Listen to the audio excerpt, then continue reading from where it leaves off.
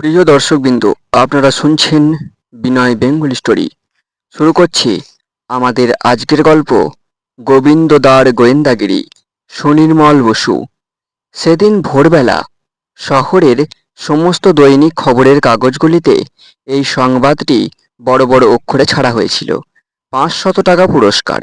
বাগবাজারের গলিতে কে বা কাহারা একটি অজ্ঞাত বাঙালি যুবককে বিষ প্রয়োগে হত্যা করিয়াছে। হত্যাকারীর সন্ধান যে দিতে পারিবে তাহাকে 500 টাকা পুরস্কার দেওয়া হইবে। এই ঘোষণাটি পড়ে আমাদের গোবিন্দদা উৎফুল্ল হয়ে উঠলেন।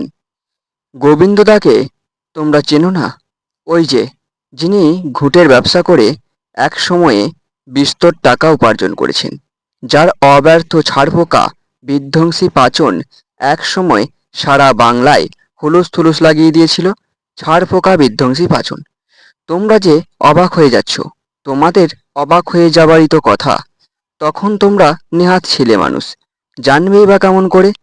ছোট ছোট লাল শিশিতে নীল রঙের তরল ওষুধ, তার সঙ্গে ব্যবস্থাপত্র থাকতো।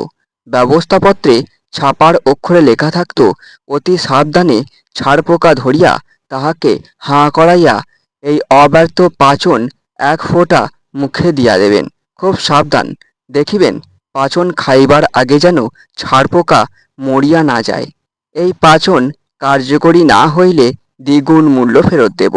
এই পাচন এখন আর পাওয়া যায় না। পাওয়া গেলে অবশ্যই তোমরা এক এক শিশি নিয়ে পরীক্ষা করতে পারতে। তারপর গোবিন্দদার ভুঁড়ি সংহারী মালিশ এক অদ্ভুত আবিষ্কার।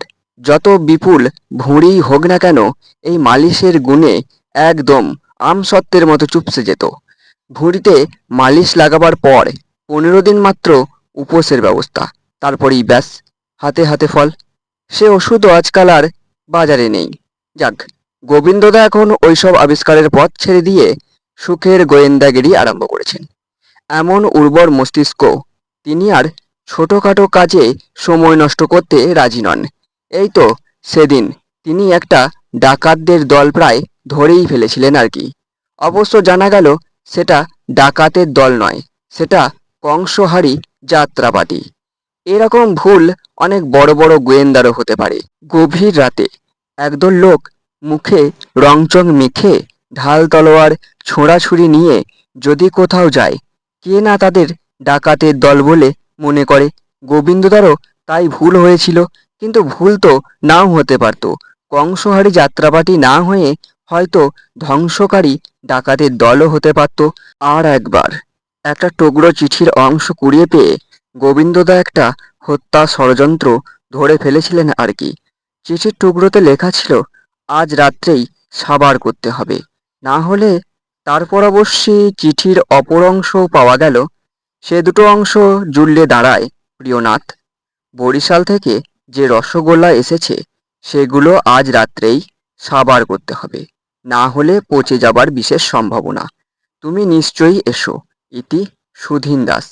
গোবিন্দ দাস সেদিন ষড়যন্ত্র ধরতে গিয়ে খুব একচোট রসগোল্লা খেয়ে এসেছিল। এতে তার লাভ বই লোকসান কিছু হয় নাই। যাই, এইবার তোমাদের আসল গল্পটা বলি।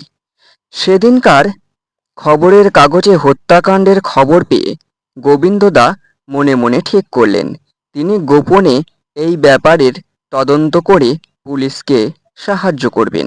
ফাঁকতালে যদি 500 টাকা লাভ করা যায়, তা এই মাগ্গির বাজারে মন্দ কি? আর টাকা না পেলেই বা কি? খবরের কাগজে যখন বড় বড় করে গোবিন্দদার বাহাদুরির খবর বেরুবে, তখন গোবিন্দদাকে আর পায় কে? সেদিন রাত্রি 12টায় গোবিন্দদা বাসে চড়ে কালীঘাট থেকে শ্যামবাজারের দিকে যাচ্ছিলেন। অত রাত্রে বাসে বেশি কেউ ছিল না।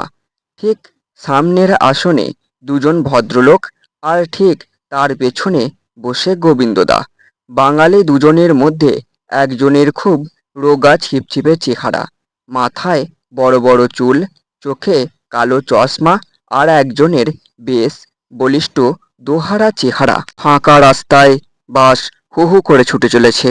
গোবিন্দদা অন্যমনস্ক, সেই হত্যা রহস্যের এখনো পর্যন্ত কুল কিনারা পান নাই। হঠাৎ তার মনে হলো সেই রোগা লোকটি তার সঙ্গীকে বলছে, গোবর্ধনকে মেরে ফেললাম। সঙ্গী প্রশ্ন করল, কি করে? বিষ খাইয়ে। এই পর্যন্ত ব্যাস। গোবিন্দদার চোখ দুটি জ্বলজ্বল করে জ্বলে উঠল আগুনের মতো। গরম নিঃশ্বাস পড়তে লাগলো। ওহ, একেবারে হাতে হাতে ধরা পড়েছে। পাছে কোনো রকম সন্দেহ করে। তাই গোবিন্দদা মনের ভাব যথাসম্ভব গোপন রেখে লোক দুটোর ওপর কড়া নজর রাখতে লাগলেন। আজ আর ছাড়াছাড়ি নেই কিছুতেই। বাগবাজারের মোড়ে লোক দুটো নামলো। হ্যাঁ, এই বাগবাজারের কোনো গলিতেই এই হত্যাকাণ্ড ঘটেছে। ঘুঘু দেখেছ, ফান দেখনি। তোমরা ঘোরো ডালে ডালে, গোবিন্দদা ঘোরেন পাতায় পাতায়। গোবিন্দদা বাম দিকে নেমে চুপি চুপি খুনি লোকটিকে অনুসরণ করে চললেন।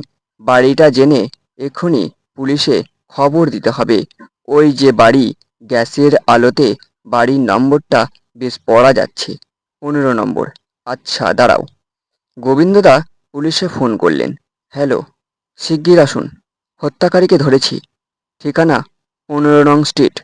আমি বাড়ির সামনেই অপেক্ষা করছি। পুলিশ এলো। গোবিন্দদা সেই রোগা লোকটিকে দেখিয়ে বললেন, এই আসামি। তার পরের দিনের ঘটনা। গোবিন্দদা মুখ চুন করে বাড়ি এলেন।